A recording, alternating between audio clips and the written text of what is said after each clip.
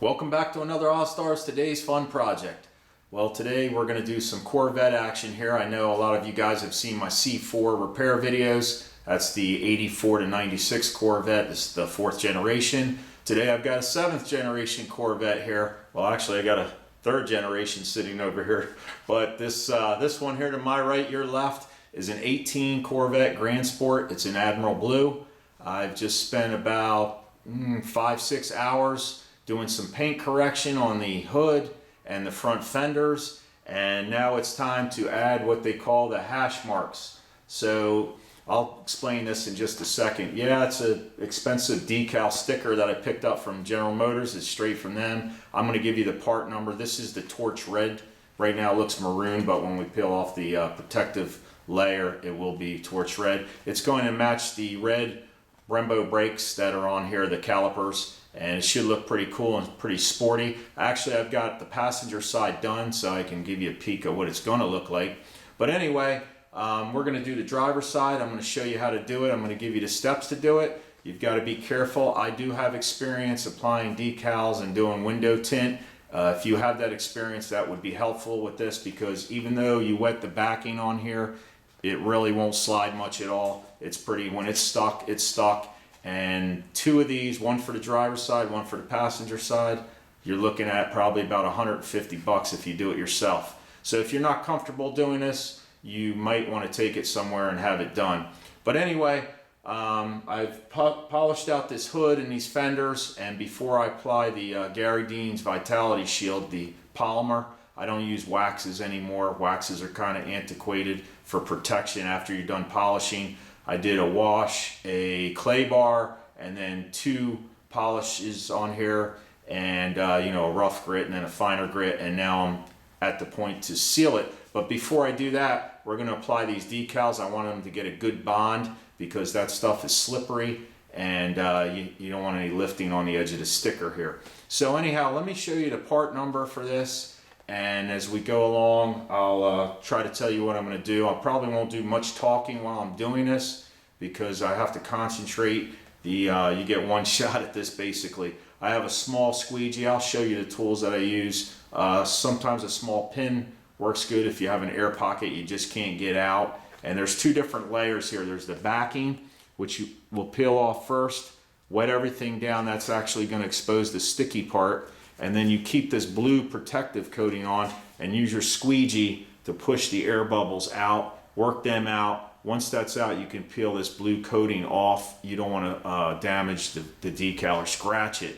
So it's a little bit tricky. This is a contour shape. I'll show it to you in a minute. So you've got, you know, compound kind of bend. So that makes it a little harder than just sticking a flat old sticker on the back of your tailgate or whatever. Anyway, let me aim the camera down here, get you that part number, and let's get to it. For the torch red hash marks, we've got this part number right here from General Motors. They come in other colors. You know, you've got yellow, I think there's silver, all different ones. You can look them up online. So this is for the C7 Corvettes, anywhere from 2014 to the current model, which they just started producing the other day, is 2019. So before we begin, I thought I'd give you a little significance on what a hash mark is, or, you know, just besides looking, you know, cool like it's ready to go racing. The hash mark actually has to do with racing. And one year Corvette ran a race where the cars had different colored hash marks, and they were able to identify which cars were which, because if a car was going by so fast you really couldn't see the number because all the cars were identical. So the hash marks were different colors and they knew which car was which. So that's basically where that came from. Now Corvette actually put them on their cars in 1996 for the Grand Sport. That's a Admiral Blue they had that year, and basically that's how the tradition started or got going, and now it's back with the C7. So you can buy a Heritage, I believe they call it Grand Sport Heritage package, which gives you Grand Sport floor mats, these stripes, and like 1 or 2 other goodies inside, some decorative trim on the console. But anyhow, this car doesn't have that. It is a 2LT model, but it does not have the Heritage package. So I'm going to install them on here. I think they look nice. And you know, they're decals. You can always peel them off if you don't like them, I guess, down the road. Anyway, what else can we say about it? You may have wondered earlier, I said I spent a ton of time doing paint correction on this car when it only has 139 miles. And that's basically due to dealership prep hacks, let's call it that. The guys that clean the cars and maintain the cars while they're there on the lot, well, somebody must have taken a rag that they were either wiping the car down or drying it with, pebbles in it. So grit, let's put it that way. There were hundreds of scratches in this hood. I mean, it was really bad. There's more towards the back. I've got to, keep going towards the roof, then do the sides, and then I'll do the tail end. But anyway, I'm not putting any of that in this video. I'm just telling you why I did the paint correction. Never mind the steps that I use to polish will make the actual factory finish look even better. So, that's just one other bonus, and it does take a lot of time and effort. Well, here's the little squeegee I'm going to use. You can buy these online. Some of them are rubber. This one has a cloth felt edge on it, just a little plastic piece. And as we apply the squeegee, what I'm going to do is actually push the bubbles on this section out left to right, and then when we get over this lip right here, we'll be pushing the air to the left and right and then out, these little bubbles. Let me take you to the other side of the car and I'll let you know or show you what we're going to do so you'll have a better idea. With the protective film, because you don't want to do this directly, you push this way and that way. That's what I was saying earlier. Push these bubbles out this way and this way on both of them. Then when I got here, I began to push bubbles out, left and right, but also this way, up and around this edge right here of the fender. So that was a little tricky. This was the toughest part, just getting this air bubble out. And then they suggest you use a hair dryer just to lightly heat up that blue film, and then you just peel it right on back. You'll see me do it when we do it over here. Hopefully everything will be successful. So the time has come. So we get 24 ounces of water. I just use tap water. You put 2 drops of unscented soap, they call it in here. I use baby shampoo, and just mix it up really good. So what we're going to do is we're going to drench this fender, just get it soaking wet. This, not the fender, but the area where the hash mark is going to go. Then what I'll do is off camera, I'm going to peel the white backing on that decal off, and then I'm going to drench that only because it's out of the shot here and I need 2 hands when I carry the decal, otherwise I would do it, show you how to do it. So anyway, I'm going to drench that just as much, get it really soaking wet.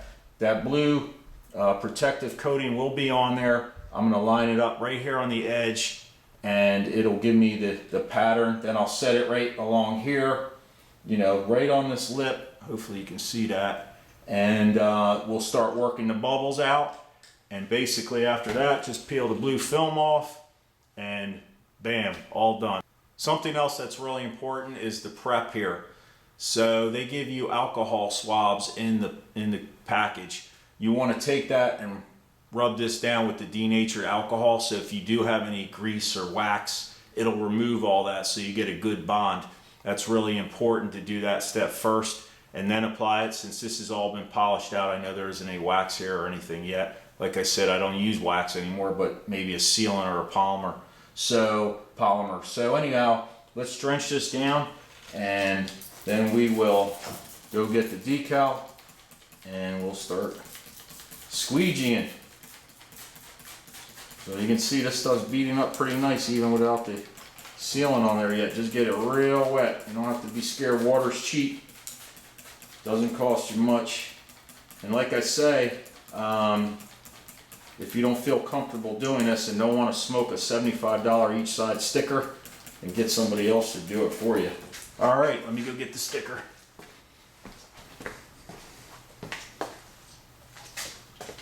All right, so everything's juiced up, nice and wet. I'm going to line up this blue part of the decal with the headlamp edge here. I'm going to get that out of my way. And it's a little tricky because you want to get it in position before you actually lay it down. Let's see. That looks pretty close.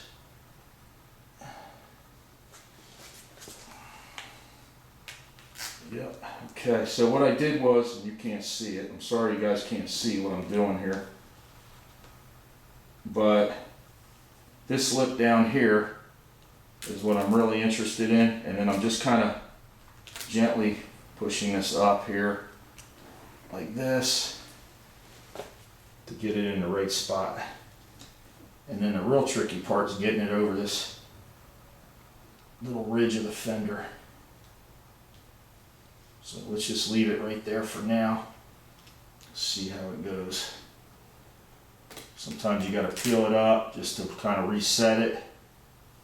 Try to work out as much air as you can. Then you get your squeegee, which is right here. Get your squeegee.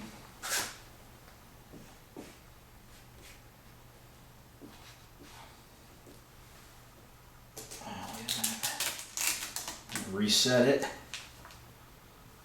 The bottom here looks pretty good. Right on the edge of the fender.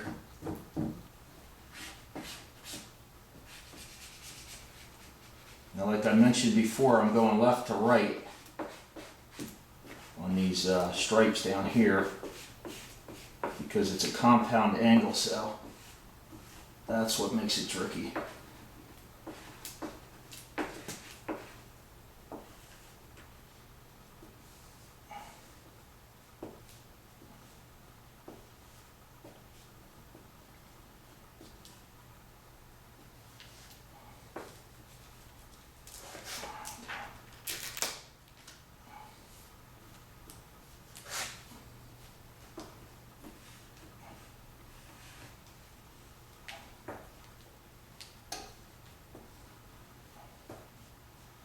There we go.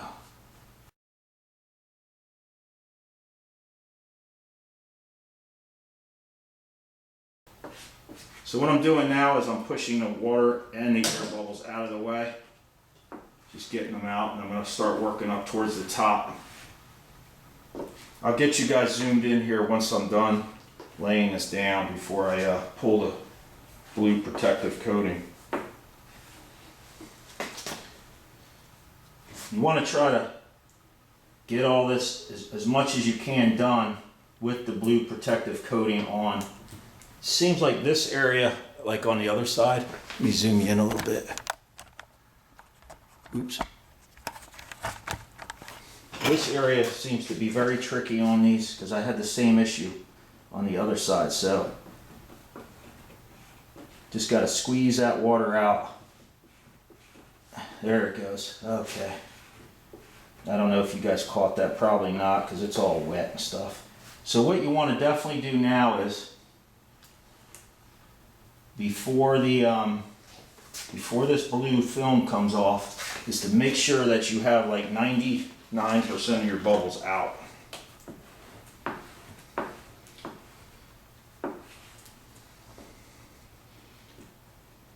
What you can do is if you find out afterwards that you have a bubble after you peel this film off, you can actually just lay that blue plastic film back on here. It's kind of self-sticky, and then work your squeegee again because you don't want to scratch the vinyl sticker itself, the decal.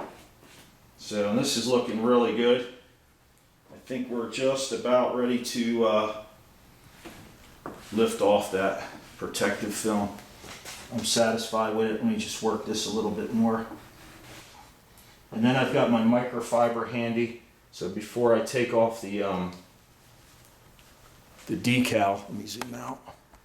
Before I remove this decal, I'm just going to wipe down the excess here, dry off the protective cover because that will expose any of the air bubbles that you missed. And right down here in the center, where it's clear, where you see paint color, they've got it slotted so as you push this way, the air and the bubble water will push out through these little slots in the protective film. So that's a good design. That makes things much more easier. And you know what? I've seen some of these tiny little bubbles that you can't get out. If they're small enough, when it dries, they should kind of go away. So it should dissipate. Should be able to push them down. So I'm not going to sweat it if I don't have every single last, minuscule bubble air pocket out of there. Don't sweat the small stuff. Okay, so time to peel this back. So I just grabbed this. Now they say you can use a hair dryer to warm it up a little bit. but I'm okay, I believe. And I'm pulling it back at like a 45-degree angle here. So you can see it's coming along nice. Give it a little tug, take your time. Don't rush. It's not a race. And these decals are really beautiful. They're real shiny and real vibrant in color. So here's that blue film. And I'll get you a close-up here in a second. And real carefully what I do is take my microfiber again and just dry things down to make sure, you know, you want to push out from the edges if you can. Blot it to make sure, because this will tell you if you definitely have a bubble still there or not. This one looks just about perfect. And I'll bring the camera over here and you guys can gawk at the red stripes and tell me what you think down in the comment section below. All right, let's take a quick peek here. So here's our hash marks on all nice and shiny. Keep in mind, that's just how they do it here. This is usually a little tighter than back here. Everything on the edge is lining up nice. You want it on this side of the edge. And what makes this tricky is it's kind of dipped in like this, and then it comes up and over and then flat that way. So it makes it a little bit tricky, but I think it matches the red Brembos pretty nicely. That's them down there. And then you've got the red on the Grand Sport on the gill. So it looks pretty cool to me. I like it. So there it is. I made it look easy. If you're a newbie at this, I suggest you get a decal and practice on something flat or something a lot less expensive. These are about 150 bucks for the set, and that's probably not the best one to practice on. It is kind of tricky with those curves, but take your time if you do have some experience and give it a shot. Another thing I learned when I went to the Bowling Green, Kentucky factory where they build these, about 1.5 years ago, I was invited down there. That was an excellent time, but I'll save that for another video and share my story there. But anyhow, what I did learn is that these decals and the center stripes and basically any decals on the new Corvettes are not actually done at the factory. There's a subcontracted company that is actually on the premises in the parking lot. They have their own building, and the cars, when they come off the line, actually go there, and the decals are applied there. Or of course the dealership, I guess, could apply them too. But anyhow, that's where those are. If you order your car with decals, it's going to be done in the facility at the plant out there at the parking lot. Anyway, thanks for stopping by. Don't forget to subscribe. I plan on doing other videos, mechanical type videos on this car. If you have any requests or comments, please leave them down below. Follow me on Instagram, that's Ozzstar1. Thumbs up's always good if you like the video, if it helped you out or gave you some information. I appreciate the thumbs up. So I guess I'll see you guys on the next one. Don't forget to follow and take it easy.